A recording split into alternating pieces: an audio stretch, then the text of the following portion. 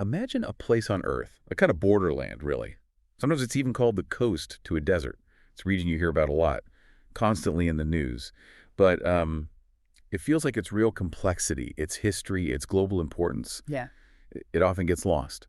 Today, we're taking a deep dive into exactly that place, Yeah. the Sahel region of Africa. It's this huge strip of land, incredibly important geographically, climatically, culturally, and understanding it, well, it's kind of a shortcut to being genuinely informed about a part of the world that really shapes global conversations. Exactly. And that's our mission today, to sort of peel back those layers of the Sahel. We're not just going to list facts. We want to connect the dots for you, give you insights into what makes this region such a complex tapestry. You've got geography, climate, history, culture, all woven together. We've gone through a lot of sources to pull out the key things, to help you grasp not just what the Sahel is, but why it matters so much. Okay, let's unpack this then. Starting with just the sheer scale. When you think about the Sahel, it's this huge belt, right? Stretching, 5,900 kilometers? That's over 3,600 miles. Incredible. From the Atlantic all the way across to the Red Sea. Yeah, it's vast. And it covers more than 3 million square kilometers. Takes in parts of so many countries. We hear about Mali, Niger, Sudan, Senegal, Chad. Burkina Faso, Mauritania. The list goes on. It really is a colossal stretch. And the key thing to understand, I think, is its ecological role. It's what we call a biogeographical transition zone. Okay, transition zone. What does that mean exactly? Think of it like a natural buffer, yeah, a kind of dynamic borderland. It sits right between the super dry Sahara Desert to the north and then the more humid savannas, the Sudanian region, further south. Right. So it's not quite desert, not quite savanna. Precisely. It has this hot, semi-arid climate. There's a specific classification, Köppen-Beet-Esch. It means it's consistently hot and dry, but yeah, not a full-blown desert. And knowing that difference is absolutely crucial for understanding the unique environmental pressures it faces. And the landscape itself, you mentioned it's vast, but it's also quite unique. Very much so. Our sources describe it as mostly flat, generally, between 200 and 400 meters elevation, though you do get some dramatic exceptions, like the Air Mountains. Right, those stand out. And the plants. Yeah. Mostly grasslands, savannas, dominated by these incredibly tough annual grasses. Survivors. But the trees are what really define it, aren't they? Those iconic drought-tolerant acacias, the massive baobabs. Absolutely. Though it's a tough existence. During the long dry season, many trees lose their leaves. The grasses just die back, waiting, hoping for those rains, which are often so unpredictable. It's a landscape shaped by that cycle, by adaptation. And that adaptation, that whole delicate ecosystem, it once supported an incredible range of animal life. And this is where it gets quite tragic, actually. Yes. Well, the Sahel used to be home to huge populations of large grazers, antelopes, gazelles, and their predators. Imagine herds of scimitar-horned, or ekiks. They're probably extinct in the wild now. The Dama gazelle, critically endangered. African wild dogs, also endangered. Wow. Lions, cheetahs, too. Yeah, lions and cheetahs roam there, too, yes. But sadly, overhunting and just intense competition with growing numbers of livestock, it's decimated these populations. We've seen actual extinctions like a prehistoric buffalo species, Pelorovis, and the booble hartebeest. It's stark. It really is. And it's not just, sad for the animals themselves. It shows how quickly human pressures can unravel a region's ecological resilience. It impacts everything, the soil, local economies. Yeah. It fundamentally changes the whole system. These environmental pressures, they tie directly into the climate. And you said this is where it gets really interesting and, pretty brutal. Yeah, brutal is a good word for it sometimes. Constant, intense heat. And the sunshine, it's almost unbelievable. Approaching desert levels, right? Like 2,400 to 3,600 hours a year. Huge amounts of sun. But then contrast that with the rain. It's incredibly low, extremely irregular, typically only 200 to 700 millimeters annually. That's the average range, yes. And it all falls in this really short, unpredictable window, like 4 to 6 months. If you're lucky, yeah. It's a land of extremes, absolutely. And this isn't new for the Sahel. It has this long, often harsh history of droughts, even mega droughts. Mega droughts. Yeah, the sources mention one that lasted an incredible 250 years, from about 1450 to 1700. Wow, 2.5 centuries. Hard to imagine. And more recently, there was a major drought back in 1914 that caused widespread famine. Then came what they call the long drought period, roughly 1968 to 1974. That led to really unsustainable grazing, stripping the land bare, and triggered another massive famine. That famine was actually what spurred the creation of IAGI, the International Fund for Agricultural Development. Ah, okay. So these events have had long-lasting institutional impacts too. Definitely. They've deeply shaped the region, its people, their ways of life, and how the world tries to respond. And we don't even have to go back that far. I mean, 2010, that severe famine, crops just failed everywhere because of the heat. Terrible year. In Niger alone, what was it, 350,000 people facing starvation, 1.2 million at risk. Just staggering numbers. And the temperatures then were just off the charts. Yeah. Chad hit 47.6 Celsius, Sudan nearly 50 degrees, 49.6 C. Yeah, truly scorching. It's heartbreaking when you read the reports, children dying. Yeah. It really underscores the human cost of these climate extremes. And this feeds directly into those critical environmental challenges we talked about, desertification and really severe soil loss. Right, the land turning to desert. Exactly. And human factors, overfarming, overgrazing, just too many people trying to survive on marginal lands, they make the natural soil erosion much, much worse. A vicious cycle. It is. It's a devastating feedback loop. But what's also important to mention are the innovative responses. People aren't just passive victims. There's the Woodless Construction Project, for instance. It's been going since 1980, promoting alternative building methods. To save trees. Precisely. Reducing the need for scarce timber, helping protect that fragile tree cover.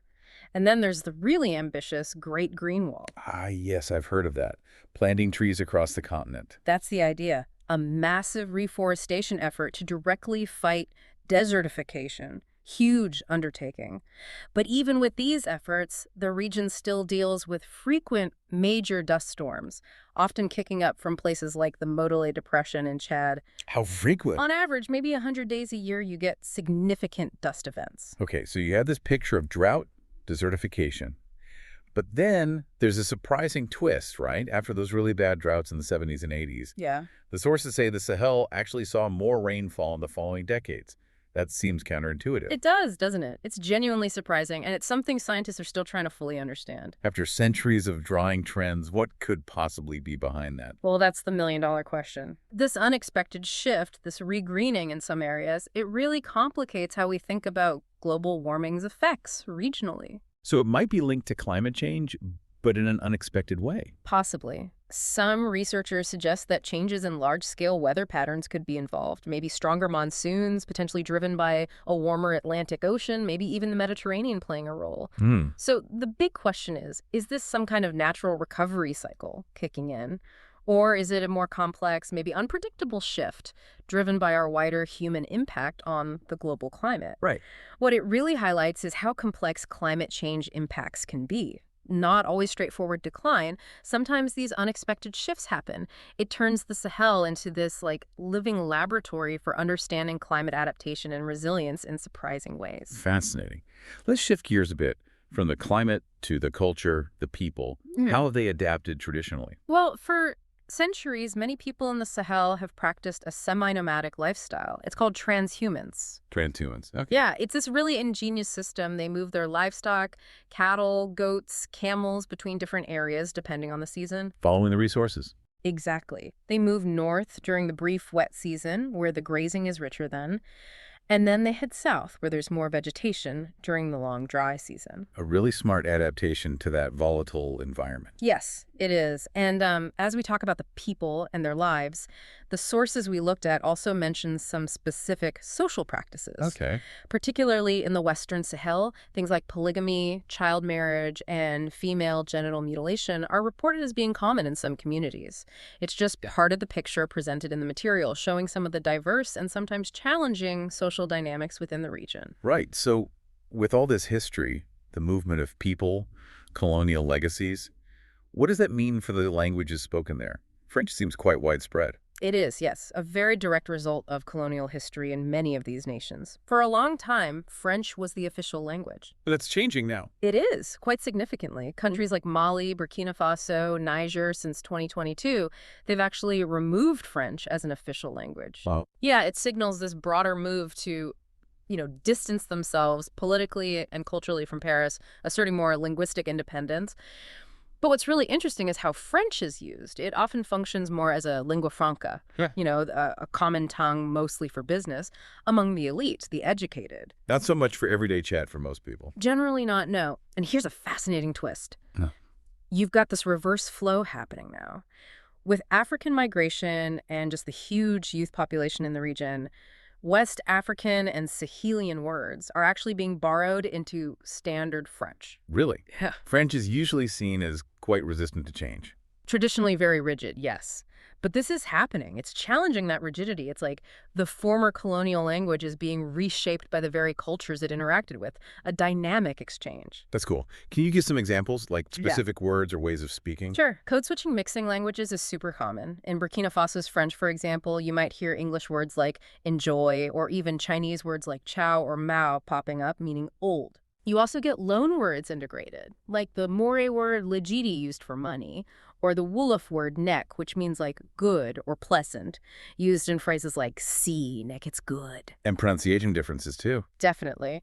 A lot of speakers in the Western Sahel retain this apical trill for the R sound, a rolling R. Like an older French pronunciation. Exactly. It gives the French spoken there a really distinct regional flavor. And just quickly, touching on the name Sahel itself, the etymology is quite interesting. Where does it come from? It's from Arabic. Al-Sal, it means coast or shore. Coast. But it's inland. Right. So it's often taken figuratively like the shore of the Sahara Desert, the edge. Makes sense. Though another possibility is it comes from a different Arabic word, sal, which means plain.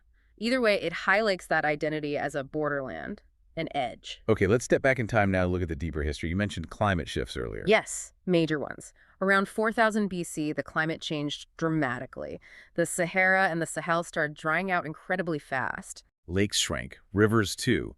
Desertification sped up. Exactly. And this huge environmental shift basically pushed early farming communities south and west towards more humid parts of West Africa. A powerful reminder of how climate has always shaped human movement and history there. Absolutely. And if you connect that to later periods, you see the rise of these really powerful Sahelian kingdoms between the 9th and 18th centuries. Like the Mali Empire, Mansa Musa. The very same. Legendary stuff. Mm. Their incredible wealth came from controlling those vital trans-Saharan trade routes, gold, salt, slaves, and their power. It relied heavily on large pack animals, camels for trade, horses for their cavalry, which were key for controlling vast territories. And cities like Timbuktu, Gao, Djenné flourished then. Huge centers of trade, scholarship, culture, really important hubs.